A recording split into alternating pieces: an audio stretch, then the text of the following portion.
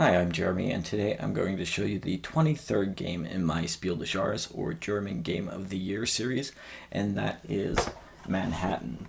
And this game is designed by Andreas Seyfarth, who designed some of my favorite Euro games, such as Puerto Rico and Turn in Taxes.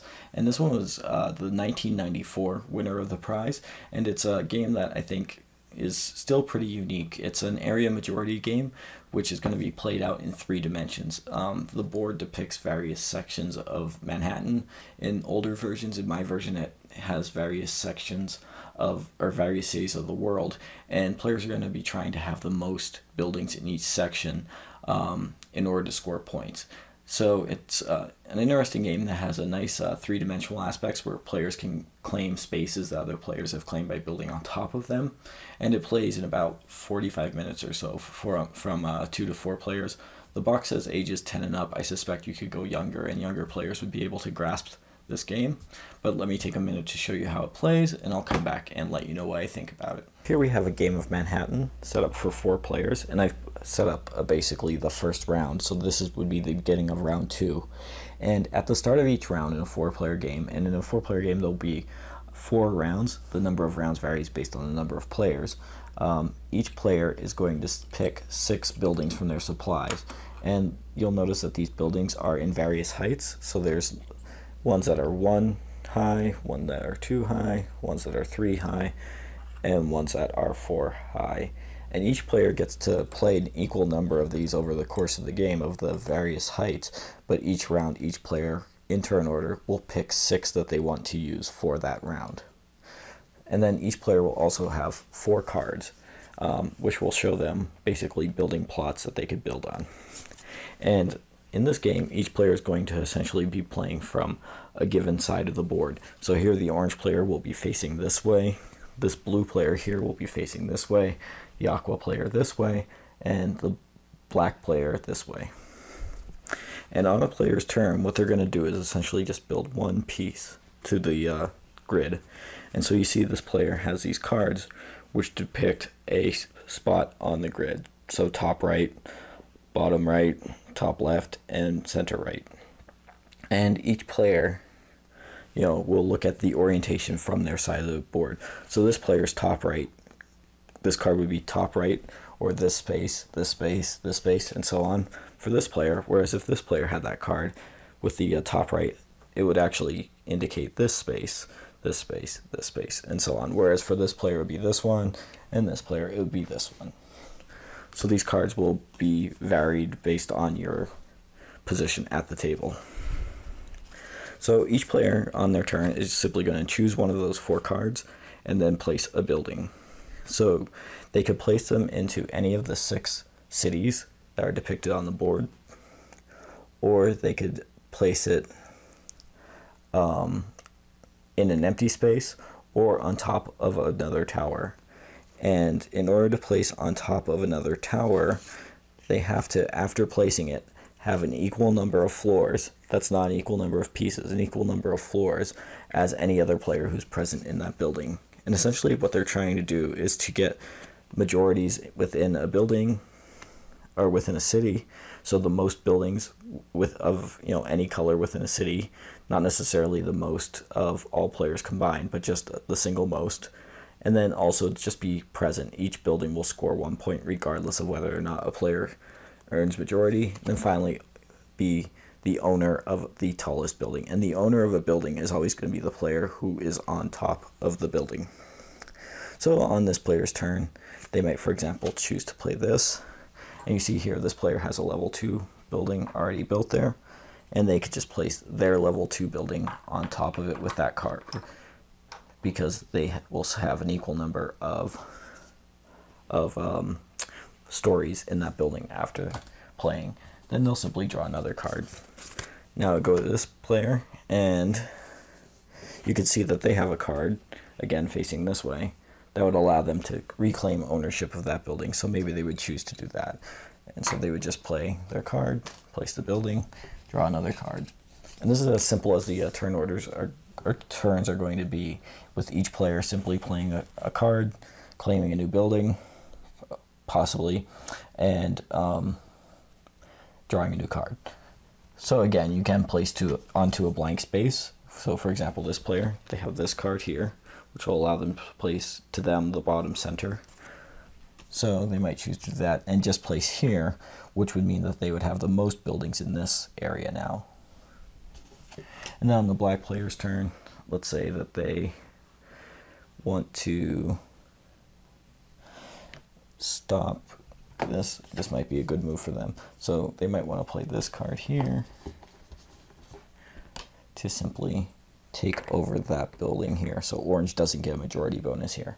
So this will go for until each player has played the 6 buildings that they chose at the start of the round, and then there will be a scoring round. And so the way the scoring works is pretty simple. Essentially, first of all, you're going to look at if there's a single tallest building on the board. In that case, it's this building. That player who controls it will get 3 points.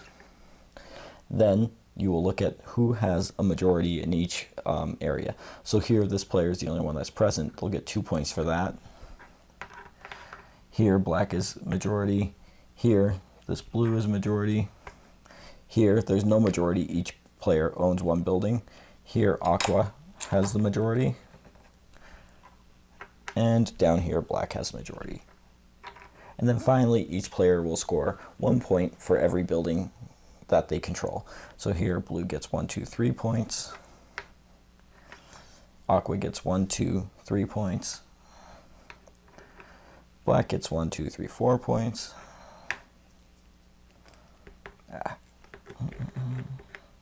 And orange gets 1, 2 points. And then that will be it. That will be an entire round. After that, you will pass the first player marker to the next player clockwise. That player will then be the new first player for the next round. Each player will select 6 new buildings, and the next round will begin. And essentially that's how the game will play out for 4 rounds, with the scoring at the end of each round. The player with the most points will win. I should mention that there are 2 pretty popular variants that are often played with this game. The one is called the Godzilla variant, and for that you would need a token to stand in for Godzilla. I use this Dexter token from the Ticket to Ride expansion. And the way that works is at the start of the game, that token will just begin on the center space in a randomly chosen city. And then you'll treat the board as if these 3 cities were just adjacent to one another, and these 2 cities, and these 2 cities were adjacent to one another. And whenever you play a card, not only do you place a building, so for example, if orange played this card, they might just place this building here, but then whatever direction you're playing in, the Godzilla will move in that direction. So for example, Godzilla would move here. If another player, let's say this player over here, played this card to make Godzilla move in this direction again, you would act as if this section was connected to this section, so Godzilla would go from here to here.